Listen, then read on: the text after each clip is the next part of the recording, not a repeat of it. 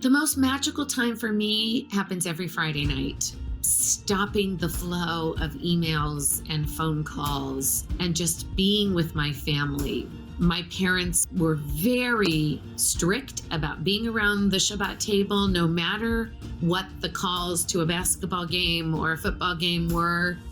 I'm so grateful that we did that, and I have continued that with my children and now my grandchildren. I'm grateful to have children that are engaged in Jewish community in the way that I could have only dreamed, but I can't imagine what it will be like for the generations to come, and I'm glad that I've had the opportunity to express what matters most. The Jewish Future Pledge, it is a very significant way to concretize what I've had as the vision for my life. If we value the lessons taught, the traditions formed, there is no substitute for us. I hereby pledge that of the funds I may leave to charity, half or more will be directed to efforts to strengthen the Jewish people and/or the state of Israel. I make this pledge freely, openly, and sincerely, inspired by the idea that a person's net worth is measured not by what he earns, but by what she gives. This is simple. Don't hesitate to have the conversation, and don't hesitate to sign the Jewish Future Pledge.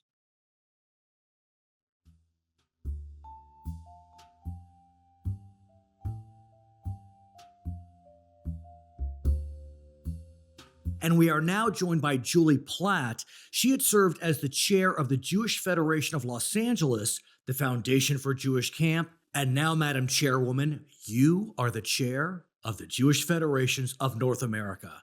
Thank you, Brad. I want to speak with you about the organization we've learned about, Jewish Future Pledge. Why was it important to you, Madam Chairwoman, to take the Jewish Future Pledge? I actually do believe in that cliche that I'm the link in a chain. I mean, I do. I think I'm only here for some time. And I hope that the lessons I learned from my grandparents, both my father's parents and my mother's parents, and frankly, from my husband's parents as well, who lived this as well, that I'll just be the next chain in continuity, and that it will follow with my children and my grandchildren. It is no secret that we are facing a rise in anti-Semitism that none of us could have imagined in our, I won't say wildest dreams, I'll say wildest nightmares.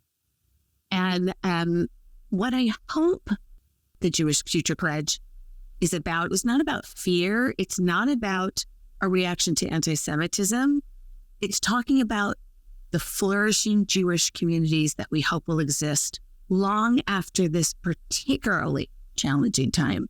It sends us forward. It sends us to a more positive frame of reference about what it looks like later. So you see the Jewish Future Pledge more than just tzedakah or charity. You see it as something even more than that. I most certainly do.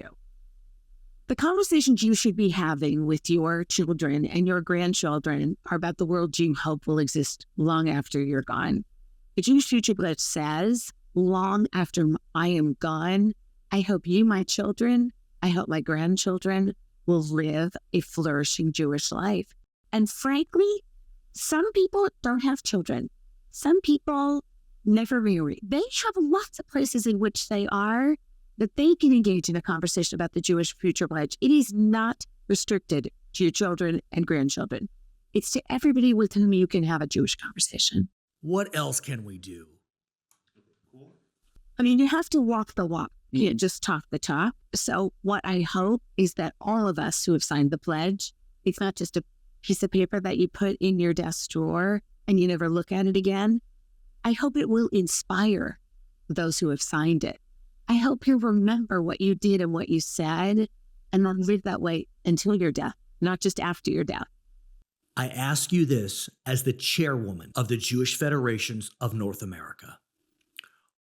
What in our community, our Jewish community, inspires you?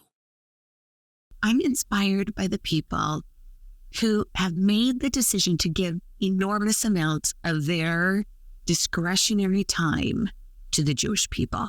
they inspire me. Of course, I learn from incredible rabbinic figures, educators, political figures, people serving us in professional ways. But the person who leaves their family, and it's not easy to leave your family, to come to spend time either for many days or for 2 hours and engage in this work, they inspire me. They've made a choice to make this a priority. If you want to see more of our conversation with Julie Platt as we delve deeply into the Jewish Future Pledge, just go to our website, jltv.tv. As my good friend Eric Fingerhut, the CEO of Jewish Federation, says, you don't build the firehouse when the building's on fire. You have to have it there before.